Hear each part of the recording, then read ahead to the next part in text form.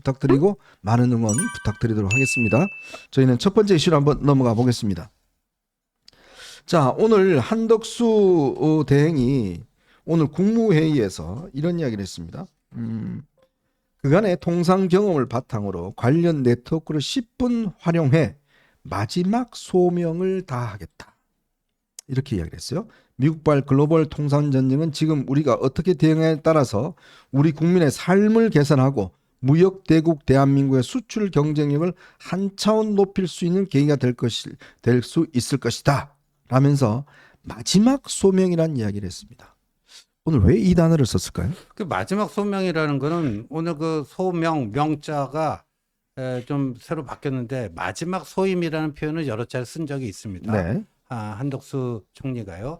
헌법재판소 본인 탄핵 심판 그 최후 진술에서도 자기가 직무 복귀해야 될 이유에 대해서 설명을 하면서 빨리 복귀해서 국정 안정을 도모하고 차기 대통령에게 그거를 잘 안정적인 이거를 넘겨줄 수 있는 것을 마지막 소임으로 생각하고 있다. 소임이라는 표현을 썼고 직무 복귀 후에도 국무회의 석상이라든가 이런 데서 마지막 소임. 근데 오늘은 소임보다도 소명하면 더 이렇게 무게감이 있는 그런 단어 아니겠습니까? 근데 이거를 문자 그대로 그 얘기하면은 통상 경험을 바탕으로 그러니까 지금 트럼프발 이 관세 전쟁 통상 이 충돌에 나름대로 그 전력 투구 하겠다는 건데 국무위원들과 함께 마지막 소명을 다하겠다. 근데 혹시라도 출마하게 되면 국무위원들과 함께 하는 건 아니잖아요. 네. 그러니까 저건 그냥 문자 그대로 해석하면은 나는 출마하지 않을 것이다라는 게 내포돼 있는 걸로 보는 게 맞는 것 같습니다. 그래서 저도 그렇게 느꼈어요. 이게 지금 사실은 트럼프가 90일 유예를 했습니다만은 지금 다음 주에 반도체 관련된 지금 관세를 다시 세부적으로 발표하겠다고 그래서 지금 뭐 계속적인 사실은 지금 전쟁이 벌어지고 있습니다. 지금 세계 각국이 마찬가지로 이에 대한 대책을 수립하고 있는데 사실 한덕수 대행에게 국민들이 요청하는 것은 이 정권의 과도 기간 동안 어떻게 하든지 우리의 피해를 최소화하는 것. 그게 사실은 우리 한덕수 대행에게 바라고 있고 요청하고 있는 사안인데 근데 이제 한덕수 대행도 본인도 오늘 마지막이라는 단어를 썼어요. 그렇죠. 뭐 방금 전에 신지호 의원님께서 말씀하셨다시피 지난번에 이제 마지막 소임, 오늘은 마지막 소명. 이제 지난번은 마지막에서 두 번째였고 오늘은 진짜 마지막 뭐 이렇게 해석을 해야 되는가 싶을 정도로 물론 맞습니다. 지금 글로벌 통산 전쟁에다가 트럼프 2기 출범과 함께 하루가 다르게 관세 관련해서 뉴스가 나오고 또 미국 정부 입장에서도 자기네들도 잘 모르는 것 같아요. 맞아요. 그 부분별로 계속 바뀌고 또 오늘은 뭐 기업별로 융통성을 주겠다 이런 식으로 얘기를 했기 때문에 이런 식으로 흔들어 놓고 나서 나중에 어떤 노림수를 가지고 있는 건지 트럼프의 속내까지는 우리가 알 수는 없으나 네. 지금 이 상황에서 뭐 가장 중요한 것은 이 통산 전쟁, 관세 전쟁에서 어떻게 우리 정부가 대응할 것인가 그 임무가 정말 소명인 것은 맞죠. 네. 맞는데 지금 오늘 한덕수 그 대행께서 국무회의 석상에서 이야기하기를 지금 그동안에 우리 국내에서 가지고 있던 정치적 불확실성에 의해서 여러 가지 뭐 논란 또 사회적으로 굉장히 그 혼란이 야기됐기 때문에 이에 대해서 국무위원들은 책임성을 가지고 모든 질문에 대해서 투명하게 대답해 주세요라고 말씀을 하셨다 그래요. 네. 아니 그 국무위원들한테는 투명성을 요구하시면서 본인은 이토록 불투명하게 대답을 하실 수가 있나라는 생각이 일단 드는 것이고 사실 지난번에 그 헌법재판관 그 마은혁 헌법재판관 임명하고 또 대통령 몫의 2명을 지명한 것이 네. 지금 일주일도 안 됐습니다. 그렇죠. 지난주 화요일의 일이었거든요. 그리고 그날 저녁에 트럼프 대통령과 이제 통화를 한 것 때문에 이게 이제 한덕수 대망론이 뜨는 것이 아닌가라는 여러 이야기들이 나왔고 일주일 동안 뭐 그게 엄청나게 뉴스를 지금 잡아먹는 블랙홀이 된 것도 사실이고요. 그렇기 때문에 사실 국민의힘이 이제 경선 국면에 오늘부터 후보 등록을 하면서 들어가는 이 와중에 그냥 한덕수 대 국민의힘 경선 뭐 이 구도가 되지도 않을 정도로 월등하게 지금 한덕수 대행이 출마할 것이냐 안 할 것이냐에 대해서 많은 분들이 관심을 가지고 계시지 않습니까? 네. 이렇다고 하면 그 누구보다 투명하게 저는 이번 선거에 불출마하겠습니다. 내지는 뭐 생각해보고 후에 결정을 하겠습니다. 이렇게 확실하게 말씀을 해 주셔야 할 텐데 왜 이렇게 해석의 여지를 남기고 여러 가지를 우리가 골머리를 써서 이게 무슨 뜻인가를 이렇게 분석을 해야 되는 것인지 참 좀 아쉬운 생각이 들고요. 정말 속내가 무엇인지 우리가 왜 이재명 대표 재판에 있어서 김문기 씨 안다 모른다는 뭐 내심의 영역이기 때문에 우리가 판단할 수 없다 이런 얘기 많이 했잖아요. 네네. 근데 정말 한덕수 대행의 내심은 무엇인지 정말 알 수가 없는 게 아닌가 그런 생각이 듭니다. 예, 지금 한덕수 대행은 뭐 지금 오늘 저런 이야기를 했지만 오늘 국회에 열리는 대정부 질문에는 참석하지 않았습니다. 네. 본인 주장은 일단 대통령이 없기 때문에 네. 지금 비울 수 없다는 것이고요. 그래서 아마 참석을 하지 않았다는 것인데 제가 듣기로는 한덕수 대행을 잘 아는 그 많은 분들께서 한덕수 대행에게 이거 출마하면 안 된다. 이거 지금 본인이 맡은 바 임무가 이것이고 그리고 정작 출마한다 그러면 아마 이 본인이 평생 공무원했던 사람이 이 어려운 국면을 뚫고 나가기 힘들고 그리고 또 국회의원들도 도움도 그렇게 주지 않을 거다. 결국 본인의 권력 의지가 중요한 것인데 네. 자칫하다가는 국민의힘도 망하고 본인도 망하는 이런 지금 이 상황이 될 거 아니겠습니까? 네.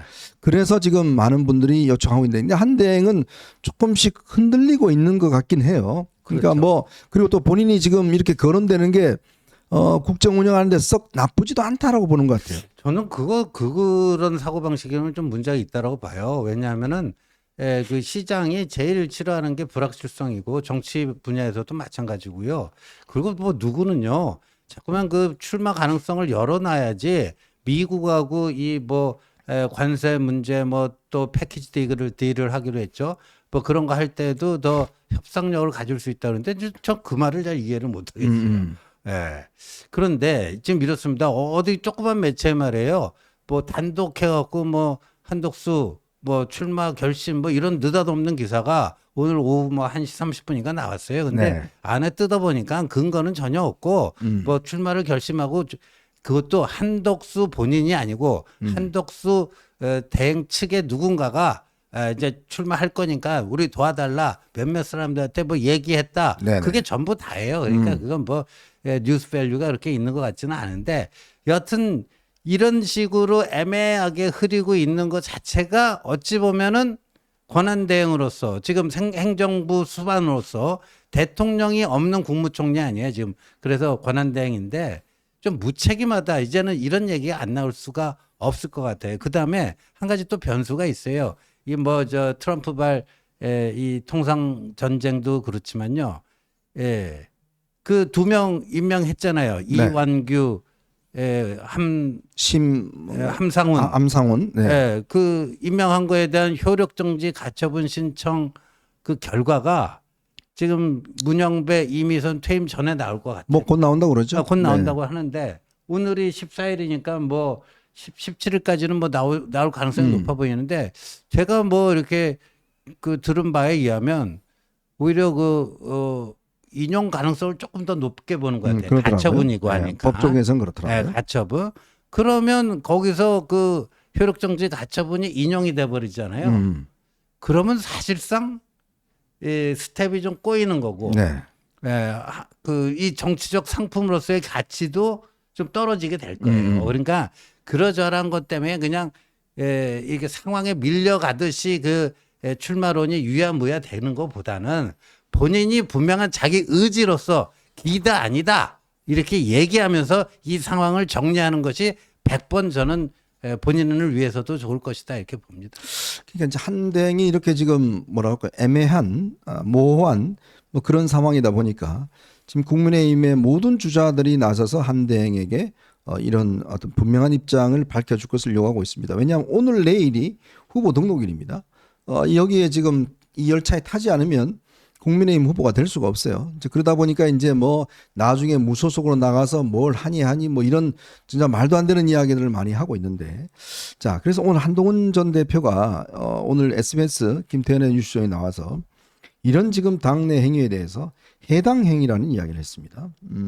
우리 당 후보를 만드는 과정에 국민의 관심을 집중시켜야 하는데 모든 언론에서 한덕수 총리를 모신다고 이야기를 한다. 이렇게 경선에 김을 빼는 것 자체가 해당 행위다라고 된다라고 이야기를 하는데 결국은 국민의힘이 보면요.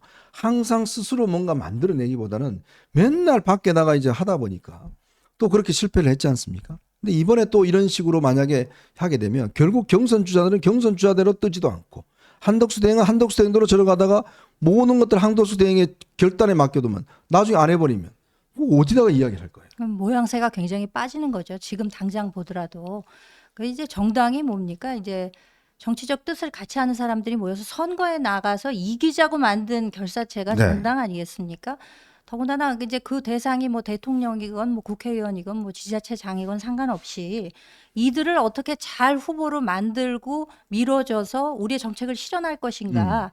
여기에 이제 뭐 절차상 여러 가지 것들도 이제 정해져 있는 것인데 지금 보면은 뭐 특히 성일종 의원을 중심으로 해서는 뭐 50명이다 60명이다 해가지고 뭐 한대행한테 출마 촉구를 하겠다 네. 기자회견을 하겠다 하다가 뭐 지도부에서 약간 경고성으로 얘기를 하니까 일단 그거는 멈춘 것 같기는 한데 이런 움직임이 있는 것 자체가 얼마나 줏대 없는 정당인가를 보여주는 거거든요. 지금 어떻게 해서든지 우리 경선에 그 모두가 몰두해서 후보를 만들어내고 이를 지원해서 그래도 열심히 해서 한번 기적을 만들어 보자 하면서 으쌰으쌰 해도 모자른 판국에 여기에서 아니 무엇을 위해서 특정인에게 출마하라고 촉구를 하는 것인지 더군다나 경선에 등록하지 않게 되면은 이거는 나중에 뭘 어떻게 해보겠다는 얘기인 거거든요. 네. 그러면 당내에 뭐 후보를 뽑는 절차 같은 것들은 싸그리 무시되는 이런 이야기이기 당 때문에 필요 없어요 그러다면. 있을 필요가 없는 거죠. 네. 그리고 뭐 사실 국민의힘이 자기네가 사람 키울 생각을 안 하고 뭐 용병을 데리고 온다라는 이야기를 많이 하고 뭐 윤석열 전 대통령의 경우도 결국 밖에 있던 사람 데려와서 된 거 아니냐라는 네. 이야기를 합니다만 그것과도 경우가 다른 것이 음. 윤석열 총장 그만두고 나서 그 실제로 입당을 해서 모든 경선 과정을 거쳐서 그렇죠. 후보가 되지 꽤 오랜 시간이 않았습니까? 됐죠. 예. 근데 이거는 완전히 경우가 다른 얘기거든요. 그렇기 맞아요. 때문에 용병 그 얘기도 맞지 않는 비유라고 저는 보고요. 그렇기 때문에 해당 행위임은 명백합니다. 그러니까 지금 이 국회의원 한 사람 한 사람이 도대체 무슨 생각을 하고 그 당에 존재하고 있는 건가 목소리를 높여서 정말 비판하지 않을 수가 네. 없습니다. 정말 이 숟가락 얹는 버릇 정말 본인이 밥 지을 생각은 하지 않고 매번 어디 가서 다 상차린 데 가서 숟가락만 얹으려고 하는 이 국민의힘 뭐 의원들의 정서가 나타나고 있는데 글쎄요 저는 모르겠습니다. 이 50몇 명의 의원들이 다 한덕수 대행을 지지해서 하는 게 아니라 사실 이제 그 아마 주도하는 세력에서 한 대행이 경선에 참여 촉구해보자 네. 이런 어떤 뜻에서 시작한 것 같아요. 네. 그렇기 때문에 이들이 뭐 다 한덕수 대행을 지지하는 그런 건 아니지만 그러나 이게 좀 의도 자체가 보면 그 과정이 보면 굉장히 제가 볼 때는 조금 의심스러운 정황들이 좀 있습니다.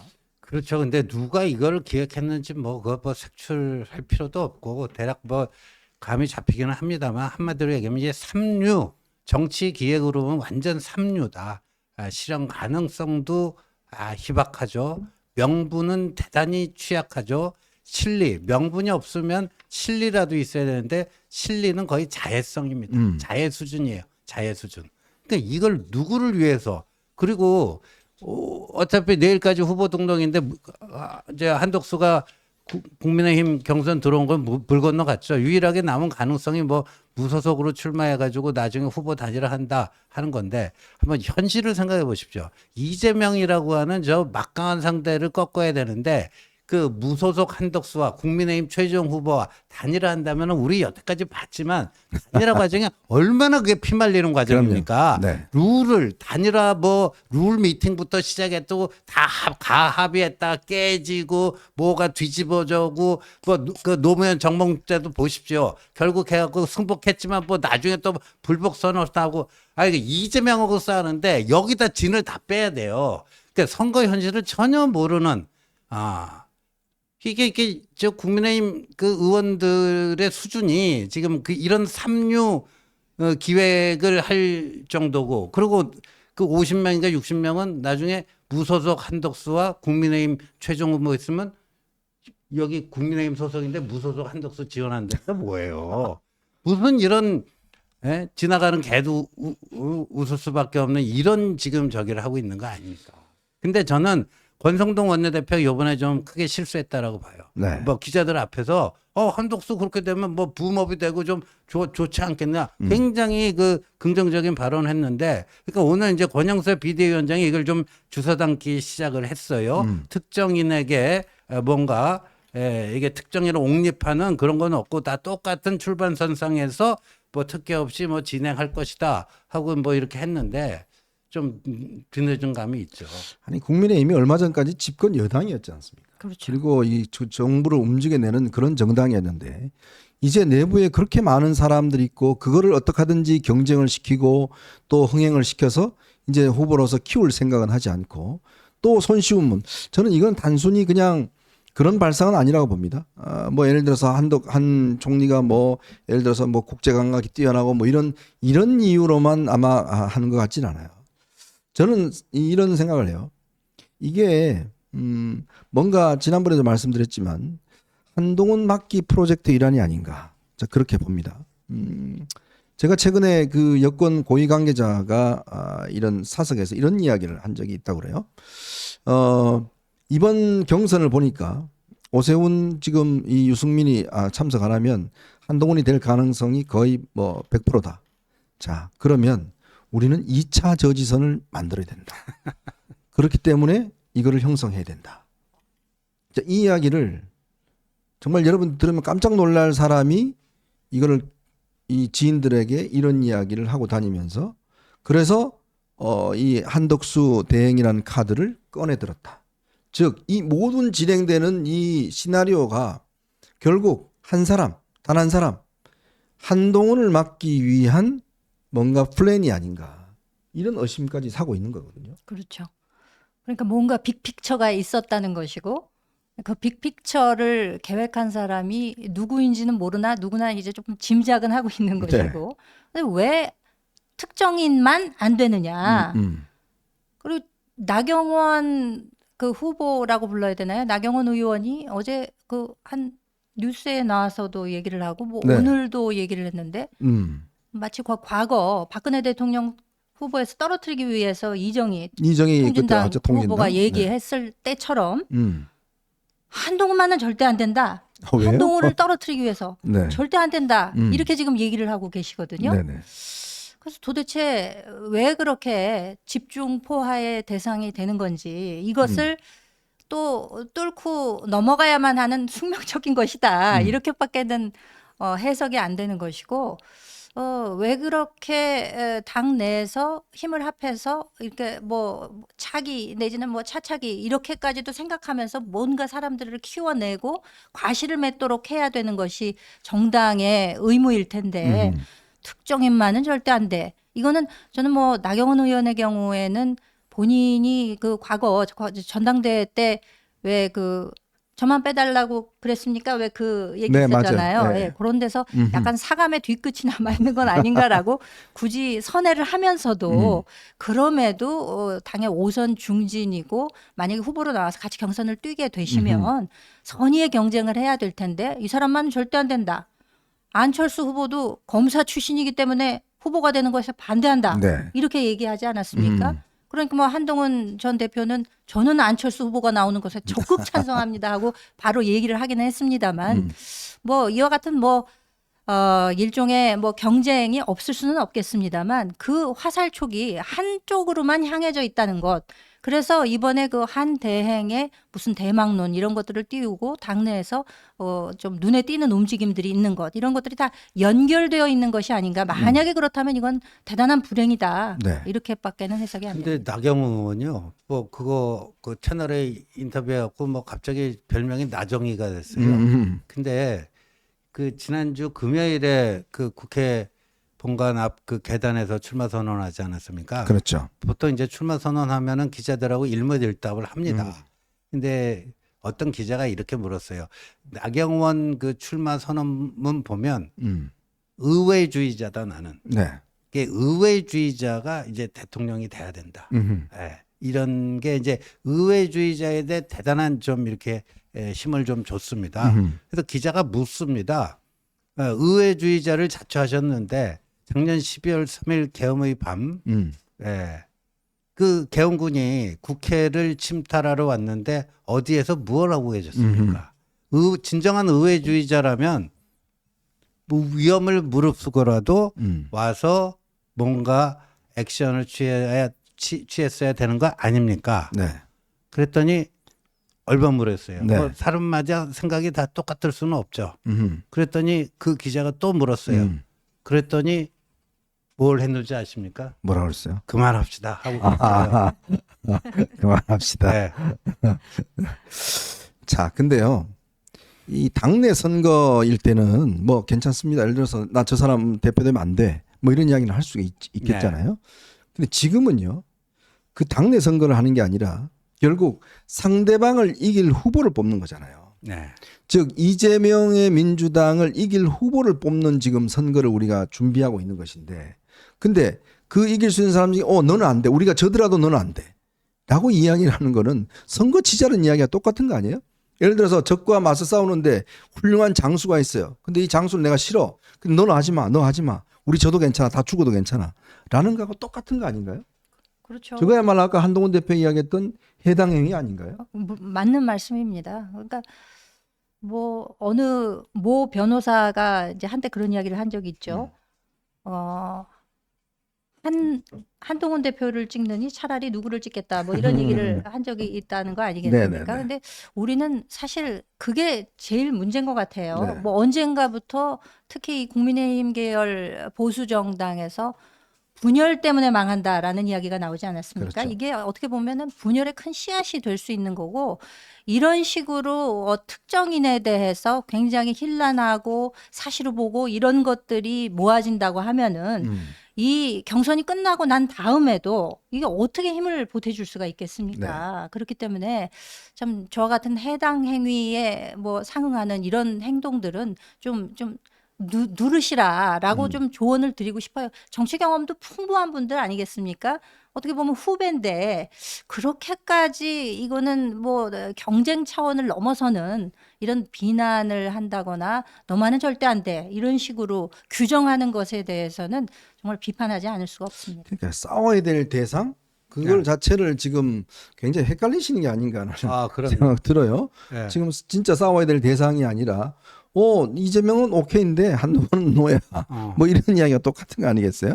그 정서가 굉장히 그분들한테는 꽤 많이 퍼져 있는 것 같아요. 그러니까 피해 식별이 좀 안 되는 거고. 그러니까 이제 저는 이제 뭐 방송 토론이나 이런 걸 통해서 그런 것들을 우리가 직접 우리 눈과 귀로 확인할 수 있겠지만요. 뭐 한동훈 후보가 됐던 뭐 다른 김문수 후보가 됐던 그다음에 좀 이제까지 한동훈 후보에게 가장 가장 뭐라 그럴까 가장 많이 네. 그리고 가장 독하게 뭐 작은 뭐 한 사람이 홍모 후보 아닙니까? 네네. 근데 저는 이거는 이제 해야 돼요. 뭐 예를 들어서 한동훈 후보도요. 저는 만약에 김문수 후보가 되면은 만약에 저는 제가 되길 바라지만 최종 후보가 되면은 조건 없이 돕겠습니다. 네. 거꾸로 다 그런 게 있어야 돼요. 근데 저런 나경원 후보와 같은 생각을 하면은 한동훈 후보가 최종 후보가 됐을 때 도울 수 있겠어요? 네. 뭐 저런 거야말로 좀 진짜 아까도 나왔지만 해당 행위가 될 수 있는 거죠. 그리고 단순한 해당 행위를 넘어서 이재명에게 그 도움을 주는 이적 행위가 되는 거죠. 네. 참, 정치를 그렇게 오래 했다는 분들의 생각이란 게 참 한심스럽게 짝이 없습니다. 더군다나 이 선거가 왜 치러집니까? 결국 12월 3일 이 비상계엄으로 인해서 결국 대통령의 임기도 줄어들고 뭐 대통령은 뭐 5년을 하나 3년을 하나 뭐 똑같죠. 뭐 다 이기고 왔습니다라고 이야기를 하지만 우리는 다 졌습니다. 대통령 본인은 이기신지 모르겠지만 우리 국민들은 다 졌습니다. 근데 어쨌든지 간에 이거를 딛고 뭔가 새로운 승리를 만들기 위해서 지금 열심히 악전고투를 하고 있는데 자, 한 사람 때문에 이렇게 정말 이 공작스러운 냄새가 나는 일들을 벌이고 있고 더군다나 보수 정권의 마지막 총리라고 하는 분께서 그나마 끝까지 정말 대한민국을 지키고 이익을 지키기 위해서 헌신하는 게 아니라 또 나도 선거 나가면 되지 않을까? 라는 마음에 왔다 갔다 한다 그러면 앞으로요. 정말 국민들은 이 보수에게 정권 맡기지 않을 겁니다. 너네들 맡겨놨더니 끝까지 말이야 자기 선거 나간다고 나름 내팽개치고 간 사람들 아니야. 그럼 뭐라고 이야기를 하겠습니까? 5년이라는 임기는요. 국민이 주어진 명령입니다. 그거를 지키고 말고 이렇게 내가 마음 내키는 대로 3년 하면 되지 뭐 2년 하면 되지 이게 아닙니다. 반드시 국민들에게 지켜야 될 이 약속이에요. 근데 그 약속을 어겨놓고 그 마지막 총리께서 또 나는 저기 여의도 갈래 부르니까 나 인기 좋대 갈래 나라가 망하든 말든 통상이 어쨌든 말든 그런 식의 태도를 보여준다 그런 거는 보수주의자가 아닙니다. 정말 무책임한 사람입니다. 저는 뭐 한덕수 대행께서 올바른 선택을 하실 걸로 봅니다. 이거는 뭐 개인의 어떤 걸 떠나서 정말 공직에 50년 동안 있었던 분의 마지막을 정말 저는 국민을 위해서 반드시 보내셔야 된다. 그래야 우리 사회의 원로가 될 수 있습니다. 정말 우리나라 사회에 원로 없잖아요. 보십시오. 박지원 의원 저렇게 노욕이 있어서 끝까지 국회의원하고 하는 거 한번 보십시오. 우리나라에 원로가 없습니다. 자, 이런 사회에 한덕수 대행마저도 저런 선택을 하신다 그러면 많은 분들께서 실망하시지 않을까 저는 그런 생각이 듭니다. 자, 저희는 두 번째 이슈로 한번 넘어가 보겠습니다. 여러분 보시면서 구독과 좋아요 알림 꼭 부탁드리겠습니다. 많은 응원도 부탁드릴게요.